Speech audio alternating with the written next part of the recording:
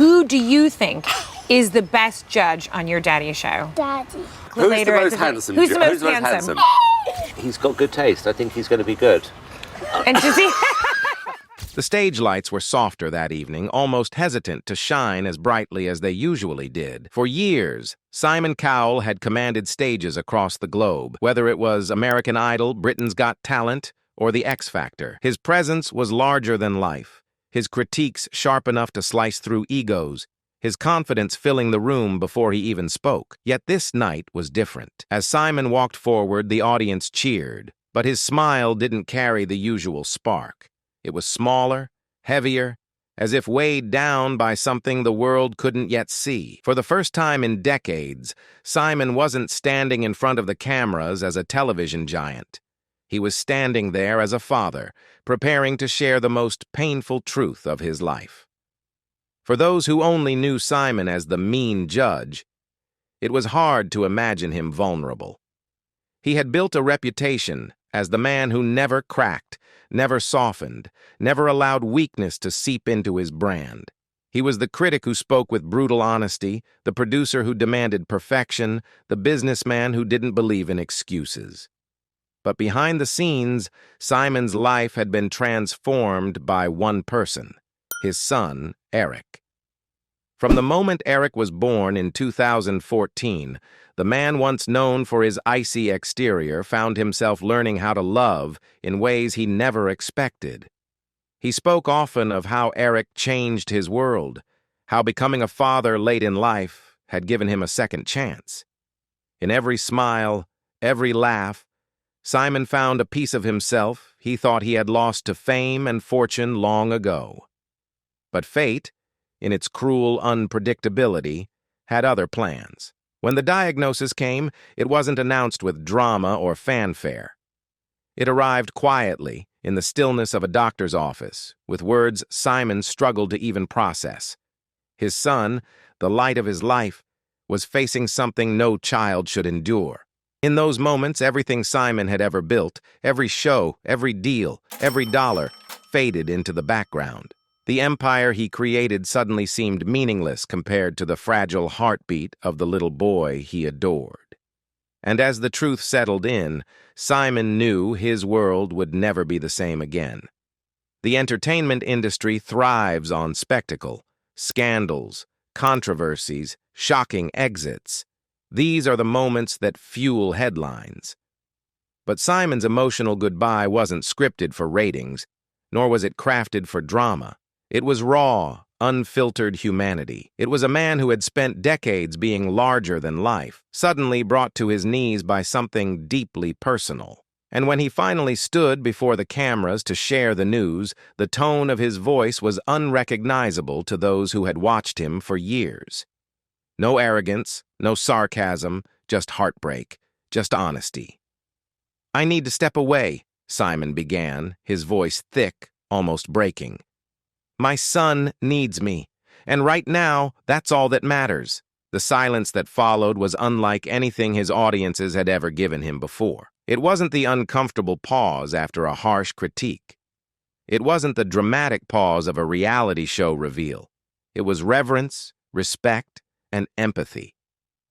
The crowd understood they were no longer witnessing Simon Cowell, the celebrity. They were witnessing Simon Cowell, the father. What made this moment so powerful wasn't just the news itself. It was the transformation of a man who had always seemed untouchable. For decades, Simon was seen as someone immune to the emotional tides that swept others away. Contestants cried on stage, audiences erupted in cheers or boos, and judges wavered in their opinions. But Simon never flinched. He was the anchor, the immovable force. And yet, as he revealed his son's heartbreaking diagnosis, the anchor lifted, the walls crumbled, and for the first time, the world saw Simon not as a critic, but as a human being caught in life's cruelest storm. Fans who had followed Simon's journey from the beginning were quick to point out the irony. The man who made a career out of telling others, "This isn't good enough," was suddenly teaching the world what true strength looks like, not in perfection, not in control, but in vulnerability. His emotional goodbye wasn't about surrendering. It was about choosing. Choosing his son over fame, choosing love over legacy, choosing presence over power. And in that choice, Simon Cowell delivered the most important lesson of his career. In the days following Simon's announcement, the entertainment world buzzed with shock and sympathy. Headlines splashed across newspapers and digital platforms alike. Simon Cowell steps away for son. The judge who never flinched shows his heart. Cowell's most emotional goodbye yet. For many, this was the first time they had seen Simon without the armor of sarcasm and control.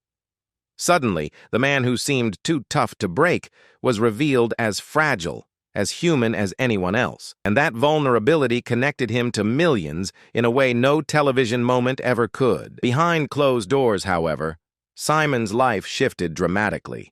The man who once commanded television schedules and dominated talent shows found his days revolving around hospital visits, medical consultations, and quiet hours at home with Eric. Gone were the long boardroom meetings, the studio scouting sessions, and the high-stakes production deadlines. In their place was something both gentler and heavier, the constant vigilance of a parent fighting an invisible battle beside his child. Those close to Simon described how the sparkle in his eyes dimmed, but how his determination grew. "He's not thinking about television right now," one friend revealed. "He's thinking about his boy and how to make every single day matter." The industry itself felt the absence. Networks scrambled to adjust schedules, contestants wondered what the future held, and fans speculated endlessly about whether Simon would ever return. Yet most of the conversation circled back to something deeper. For decades, Simon's persona had been one of icy detachment, someone who demanded others give their best while rarely revealing much of himself. But now, stripped of the shield, Simon became a symbol not of judgment, but of fatherhood. His decision to walk away wasn't about career fatigue or personal scandal. It was about love, sacrifice, and the willingness to trade everything for family. That struck a chord far beyond the entertainment bubble. Parents across the world recognized themselves in his struggle. They understood the late-night worries, the quiet tears, the desperate prayers whispered into the dark. But with fame comes scrutiny, and Simon knew the cameras would not easily turn away. Some questioned whether his announcement was permanent or just temporary. Others speculated about the details of Eric's condition, piecing together rumors and whispers with no respect for privacy. For Simon, this was perhaps the cruelest part of living in the spotlight. The diagnosis already weighed heavily on his heart, but the relentless hunger for details made the burden harder to carry.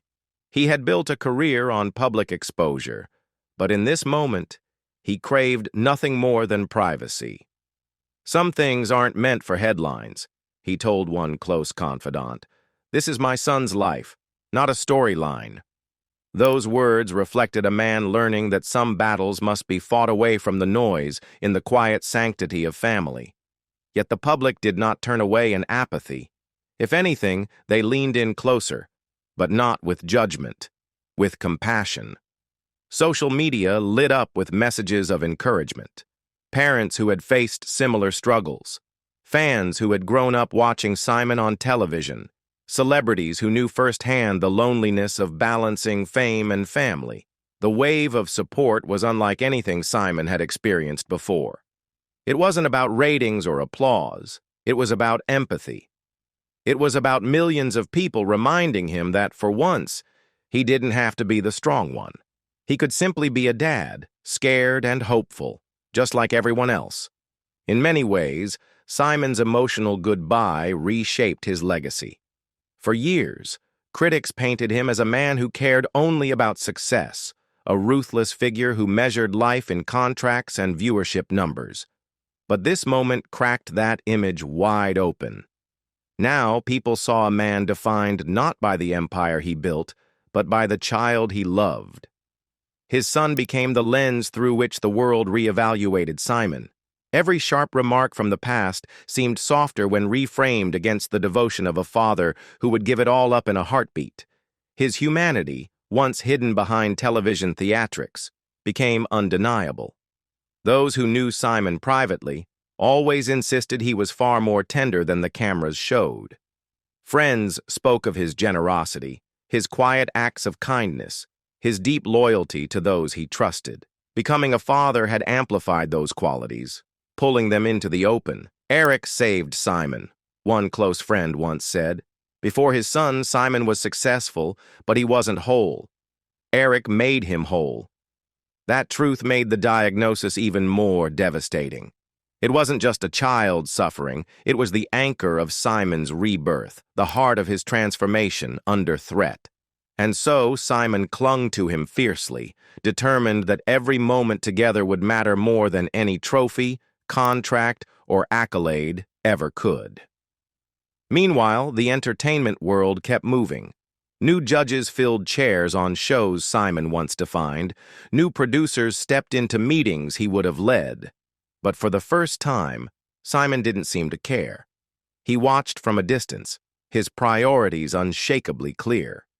For a man who once thrived on being in control, this shift was monumental. It wasn't resignation. It was clarity. He had discovered that legacy isn't measured by how loudly the world remembers you, but by how deeply the people you love feel your presence. And in that sense, Simon's legacy was already secure. In rare interviews during this period, Simon's words revealed a new philosophy. "I used to think work was everything," he admitted softly. "I thought if I wasn't building, I was wasting time. But then you realize time is the only thing you can't buy.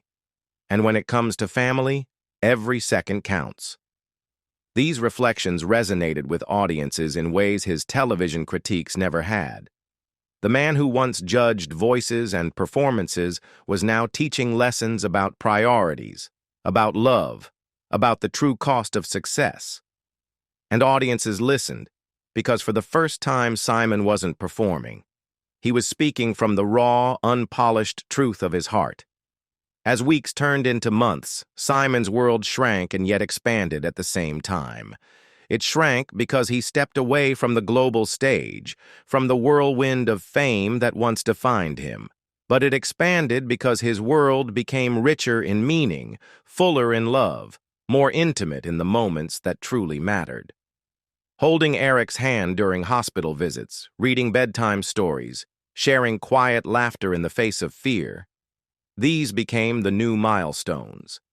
And while the world measured success in numbers and ratings, Simon measured his success in smiles, in heartbeats, in the fleeting but precious peace of family togetherness. As time passed, Simon Cowell's absence from the stage became more than a story about television. It became a lesson. The world had grown used to seeing him as a figure of authority, someone untouchable, someone who held other people's dreams in his hands. But when life handed him the most painful challenge of all, Simon showed that even the strongest can stumble, and that stumbling is not weakness, it's humanity. His emotional goodbye reminded everyone watching that behind every public image lies a private reality. In interviews that followed, Simon often spoke about the way Eric changed him. He talked about how becoming a father had softened him, how it made him less judgmental, less rigid, more open to joy. And while those words had always carried a sense of pride, they took on new meaning in the shadow of hardship. Eric wasn't just Simon's son. He was the compass that guided him, the reason he smiled in the morning, the force that reminded him life is about more than contracts, deals, or spotlights. That love radiated in every pause, every tear, every carefully chosen word Simon shared publicly. For fans, this side of Simon was a revelation. Many admitted that for the first time, they saw him not as the sharp-tongued judge of talent shows, but as a father, a man willing to lay down his crown for the sake of his child. That shift in perception was profound. It softened even his harshest critics, reminding them that, at his core, Simon Cowell was never just a producer or personality. He was a human being navigating life's trials, just like anyone else. And in revealing his heart, he built a connection with audiences deeper than any television moment could ever achieve. Yet perhaps the most remarkable part of Simon's goodbye was the legacy it created. In stepping away, Simon offered the world something rare in entertainment: perspective. He showed that fame and fortune, though dazzling, are fleeting. What endures is family, love, and the bonds we fight for when life threatens to take them away. For countless parents who had walked similar paths, sleepless nights in hospital rooms, whispered prayers in corridors, hope clinging to every test result, Simon became a mirror of their own story. His pain, though private, resonated universally. In saying goodbye to the stage, he said hello to something far greater: the chance to hold his son's hand, to offer strength when fear loomed, to be the unwavering presence that every child needs.